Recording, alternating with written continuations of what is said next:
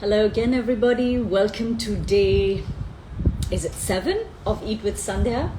And okay, full disclosure, today is my birthday. I did mention that it would come up in one of the days of the 10 days of eating. And I wanted to share today especially with you because our birthday or any kind of day or day of celebration has different meanings for different people. Much of this has to do with our history, our past, our associations around it. I will say this, that a lot of our earlier learned behaviors, even if they might, we typically associate a day like a birthday or a new year or any kind of festival as a celebratory day, but it need not necessarily be true for all of us. Regardless of how you have associated with it, please understand that this is simply a habit or a behavior that you have learned. It's something that you can reorient on depending on what choice you'd like to make, where you are in your life today, and what direction you'd like your life to take. So although I'm not a big birthday person, as I used to label myself earlier, I do realize how important creating salience is, one. Two, the brain loves what it calls a fresh start effect. Thank you for the wishes. It's 47 today. And I can't think of a different age that I'd like to be. So I'm thrilled to be 47. So we love this salience, we love a fresh start, and why not hack your brain to use this fresh start effect to embark on a new way of thinking or a new behavior. And so I'm doing that for myself after telling my family that I didn't want to do anything, I didn't want to celebrate. We agreed to some cake cutting last night, and here's what I wanted to talk about. Very often people associate healthy with, not ever eating anything bad. It's the labeling and the judgment around food. The cake, we had 2 cakes last night, as well as a fashion show, not by me, but my son and his friends. But I won't go into that. It was thorough enjoyment, engaging on different levels other than just our food sheet, emotional, intellectual, or at least idea-based, creativity-based. But also the labeling of food as good or bad, right? So yesterday I would have had a full fat, non-gluten free. In fact, one of the cakes was possibly non-dairy as well. So when I eat, my choice is to eat primarily plant-based. If there was a celebration like this, I will have a small piece mindfully, perhaps if it's important for those around, or if I'm feeling like it. And I think, I know I'm probably repeating myself so many times, but it really boils down to choice and making it consciously. Right? I knew that yesterday's cake was a celebration. There were a bunch of teenagers around and they were all looking to share that moment with me. And I chose to have a small piece and enjoyed every minute of it with no guilt and no recriminations, right? No negative self-talk around this. Now, that said, I was aware that just that little bit of cake, keep in mind that remember what I talked about, how factories can concentrate calories. So I was aware that this was pretty calorie rich, and came after dinner and after dessert because this was a surprise that my husband and the kids threw for me. So I probably would have gone into a calorie surplus, no biggie. The idea is to not, again, shame yourself or punish yourself the next day. You want to stay as much on track as possible. The body, the liver, you don't need to go into a detox. Again, I'm really sorry if these are ideas that are very, very comforting to you, but they come from a branch of psychology that makes us feel that anything that's painful or distasteful to us or seems like punishing to us must be good for us. We love the idea of something that miraculously cleanses us from the inside, but the science of it is that the body has a liver, we have a digestive system, they all work beautifully in concert, and they're constantly detoxifying our bodies. We don't actually need any specialty foods to miraculously cleanse us out inside out, or indeed even confuse our digestive systems by completely changing our food around for a day or a week in the hope that it will miraculously undo the the sins that we have committed. So can you see how all of this judgmental thinking really skews our relationship with food? So if just think of it in terms of like the balance, right? If you've created a bit of a calorie surplus for yourself, all you need to do is be conscious that you'd like to go into a deficit for a few days. So today, as I bring myself to my meal, I do my very quick body scan and check in with myself, I realize that I'm not that hungry. I did have a pretty heavy breakfast. Perhaps it's also the extra food I ate yesterday. I don't know what it is. Could just be the heat, but I'm aware that I'm not ravenously hungry the way I usually am by 1:30, and so I can afford to. I've literally just reduced my food by less than 25%. It might not even show. Oops, I'm so sorry. I need to. Yeah, here we go. So it might not even be visibly less than it would normally have been, but here's my lunch for today. Okay, there's a very pretty salad, and this I will add a few seeds to, like I have done in the past, and a different homemade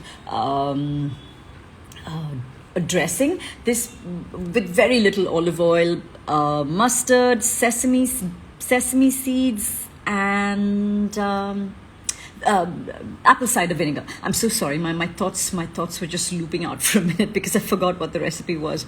Here we have a wonderful mixed vegetable with tofu in it. It's got peas in it. They're all sources of vegan protein in themselves, but much more, and it's in a tomato-based gravy.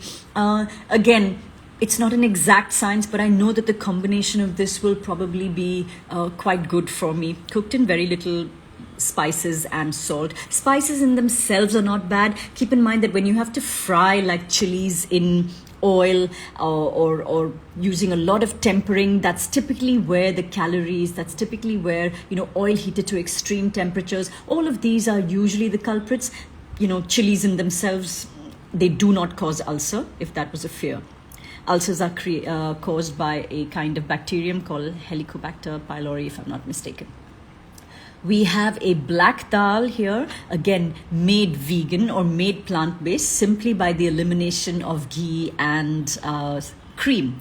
My roti today is made of buckwheat, made of ragi, but the amazing thing is, once you start eating, like I said, once curiosity around food becomes your norm, it's incredible what avenues open up for you. The wonderful grocery store near my house, we've had the owners send us so many different kinds of grains that they've discovered in the markets that they've been to, and we've just kept adding them to our repertoire. I had no idea this many grains were even available in India.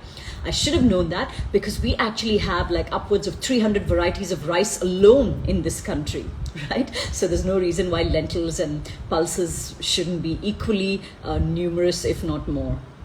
Today I wanted to talk a little bit about a subject that's, since we're on the topic of rice and lentils as well, it could sound a little controversial. So what I would like to do is, I don't want to pass an opinion on it, my personal opinion on it. I'd like to state a little bit of what the science says, and I will completely leave it up to you to make your own decisions on.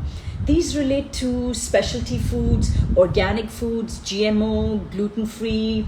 I'm not putting vegan foods into this mix because other than processed foods, vegan literally only means plants and vegetables, We'll talk about specialty foods another day, but today these were some of the topics that I wanted to discuss. Now, a lot of these labels arouse a lot of strong emotion in us. Now, putting the emotion aside, let's look at what the facts or what the evidence seem to state around this, right? For GMO foods, that's genetically modified foods, they've been around for like 30 years in terms of food technology, all right? But possibly for thousands of years in terms of us actually breeding the traits that we want to see in foods. It's just that in genetically modified foods, we're doing it in a lab and we're very specifically picking the traits that we want and eliminating others, or inserting certain traits that we want into a particular food. Now, there are a lot of pros, cons, but there are a lot of fears and, like I said, knee-jerk reaction around this. actually, if you think about it, genetically modified foods are not very different from like pedigreed dogs. We saw certain traits that we saw amenable in our early wolf-like pets, and we bred those in particular traits, and we made them like a captive gene pool, and today we have the various breeds of dogs, right? In a sense, that's pretty much what genetic modified foods are doing for us. If you're curious about the science, if you're curious around the studies around it, I will say an easy reckoner source is one of my favorite YouTube channels. It's called Kurzgesagt, and they have evidence-based videos. They do have one on specialty on GMOs and genetically modified foods. Just go ahead and Google that. I'll put a link for it as well when we do post this video up. It's a great place for you to just understand the science around it and the arguments for and against. There are definitely some dangers. There certainly are some predatory practices that could be created around it, but informing ourselves is really our best defense against being slammed with opinion and emotion, and again allows us to make choices. In terms of gluten, again, I will say that this is something that there's a lot of anecdotal evidence around. And by anecdotal, what I mean is that, one of us will stop gluten, and by gluten I mean bread, rotis, anything made with flour, and or specifically wheat flour, and we end up feeling a lot better, and then we say that, oh my God, it's because I eliminated the bread and because I eliminated the rotis that I'm feeling better.